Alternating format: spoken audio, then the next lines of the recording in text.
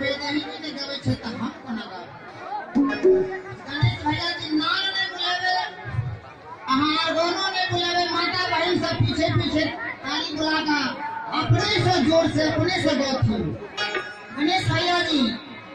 जय सीताराम सीताराम सीताराम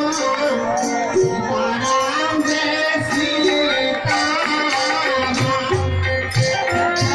सीताराम सीताराम सीताराम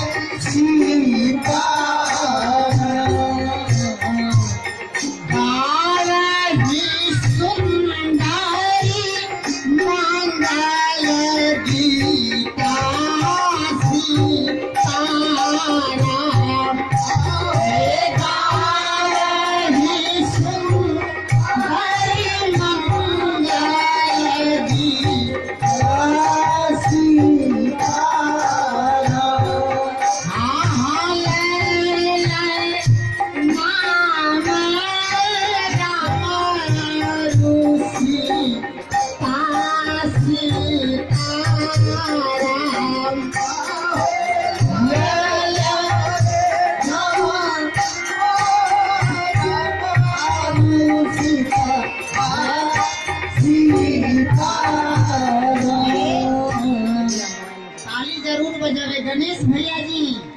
जय जय सीताराम सीताराम सीताराम सीताराम जय सीताराम सीताराम सीताराम सीताराम सीताराम सीताराम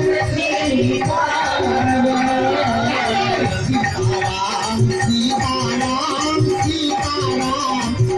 सीताराम जय सीताराम जय सीताराम सीताराम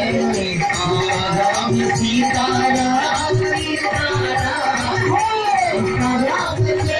सीताराम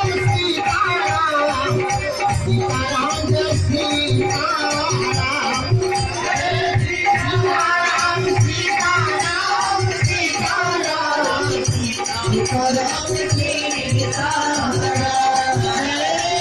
सीताराम सीताराम सीताराम सीताराम जय सीताराम सीताराम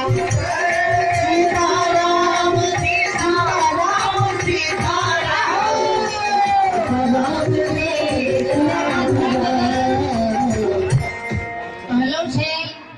हल्ला में से अही विवाह के देखो ये भगवान भोलेनाथ भगवान एगो आंख से ने देखे छे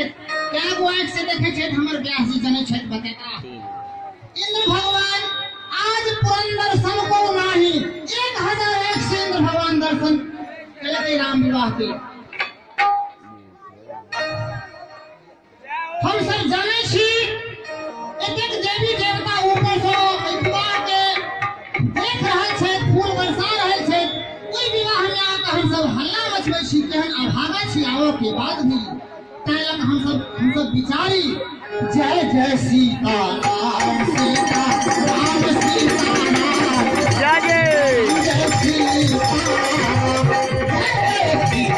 राम सीता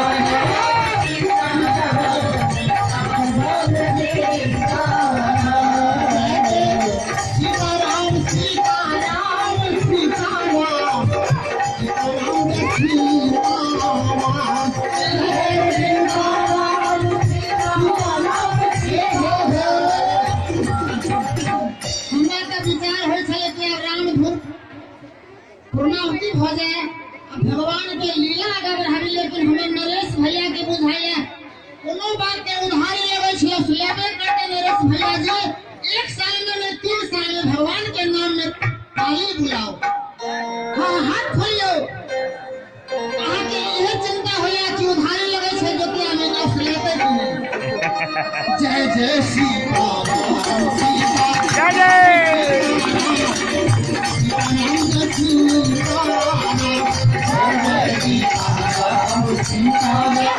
जय जय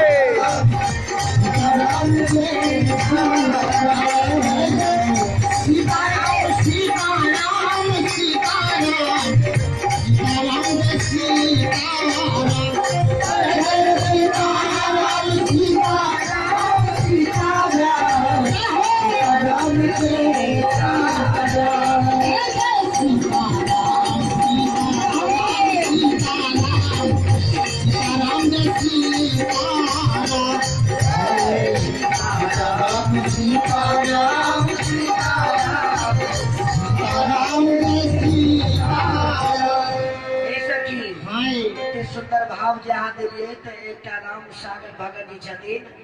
30 रुपया दिलखिन, एक राजेश जी जिला समिति 13-14 रुपया दिलखिन।